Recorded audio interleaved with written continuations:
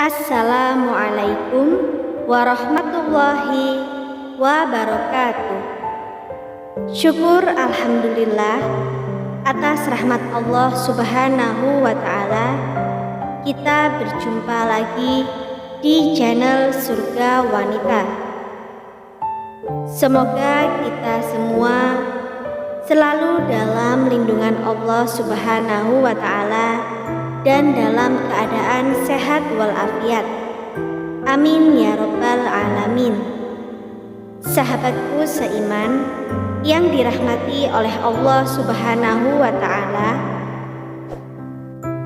kisah Sayyidah Maimunah, mantan menantu Abu Lahab yang jatuh cinta kepada Nabi Muhammad Sallallahu Alaihi Wasallam.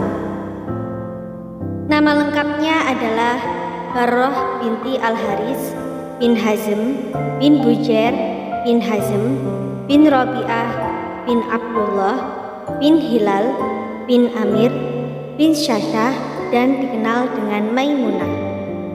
Ibunya bernama Hindun binti Aus bin Zubair bin Haris bin Hamasah bin Jarshi. Dalam keluarganya, Sayyidah Maimunah termasuk dalam 3 bersaudara yang memeluk Islam. Ibnu Abbas meriwayatkan dari Rasulullah Sallallahu Alaihi Wasallam, Al-Mu'minah adalah 3 bersaudara, yaitu Maimunah, Ummu Fadl, dan Asma. Sayyidah Maimunah dilahirkan 6 tahun sebelum masa kenabian, sehingga dia mengetahui saat-saat orang hijrah ke Madinah. Dia banyak terpengaruh oleh peristiwa hijrah tersebut dan juga banyak dipengaruhi kakak perempuannya, Ummu Fadl, yang telah lebih dahulu memeluk Islam. Namun dia menyembunyikan keislamannya karena merasa bahwa lingkungannya tidak mendukung. Tentang suaminya banyak riwayat yang memperselisihkan. Namun ada juga kesepakatan mereka tentang asal-usul suaminya yang berasal dari keluarga Abdul Uzza atau Abu Lahab. Sebagian besar riwayat mengatakan nama suaminya adalah Abu Raham bin Abdul Uzza, seorang musyrik yang mati dalam keadaan syirik. Suaminya meninggalkan Sayyidah Maimunah sebagai janda pada usia 26 tahun. Kisah lainnya menyebut Sayyidah Maimunah pernah menikah dengan Mas'ud bin Amr al-Saqafi sebelum memeluk Islam. Mereka kemudian bercerai karena suatu alasan, lalu menikah lagi dengan Abu Raham bin Abdul Uzza.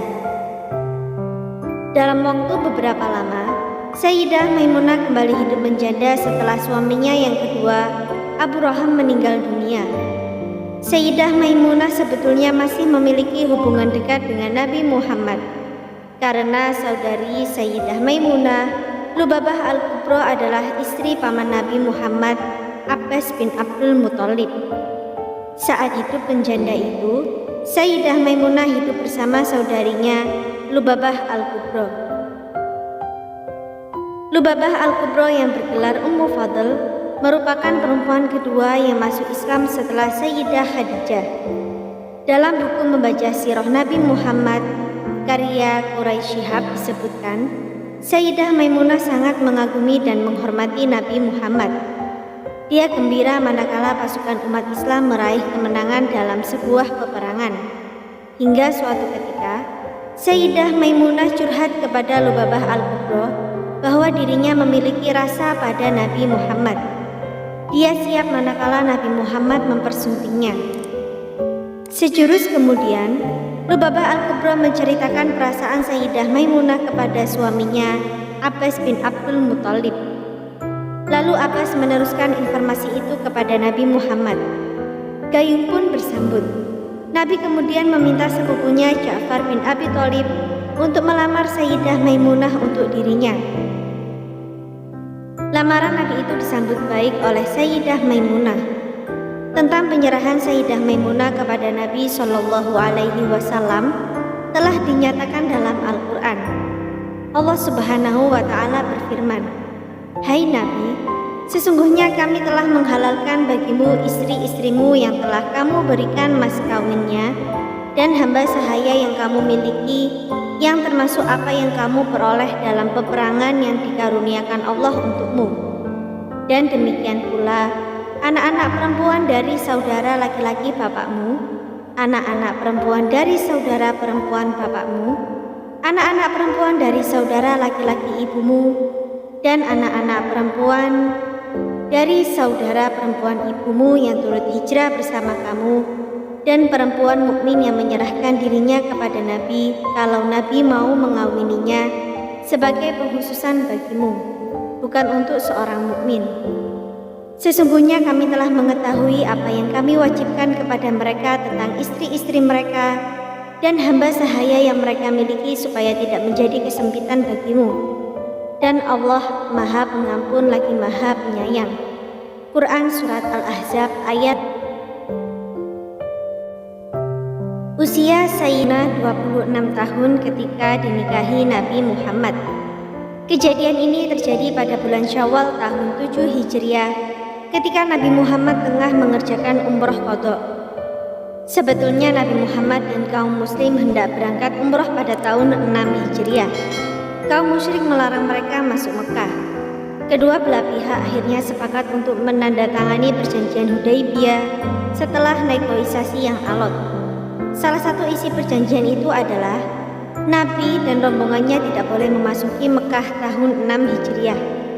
Mereka baru boleh diizinkan masuk ke Mekah untuk umroh pada tahun berikutnya, tahun 7 Hijriah, dan itu pun hanya 3 hari saja.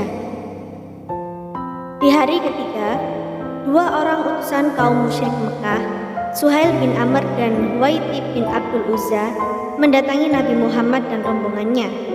Keduanya mengingatkan salah satu isi perjanjian Hudaybiyah, di mana Nabi Muhammad dan umat Islam hanya diizinkan untuk tinggal di Makkah selama 3 hari saja. Sa'ad bin Ubadah yang ketika itu berada di sisi Nabi marah. Nabi Muhammad berusaha menengahi dengan meminta waktu tambahan kepada keduanya. Nabi mengatakan baru saja menikah dengan Sayyidah Maimunah dan akan mengadakan pesta perkawinan.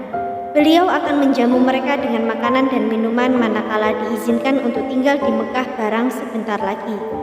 Sayang, mereka menolak tegas tawaran itu dan menyuruh Nabi lekas meninggalkan Mekah. Nabi Muhammad langsung memerintahkan pasukan Islam untuk bersiap-siap meninggalkan Mekah setelah peristiwa itu. Beliau kemudian meminta pembantu Abbas bin Abdul Muthalib, Abu Rafi, mengawal Sayyidah Maimunah keluar dari Mekah menyusul rombongan Nabi Muhammad.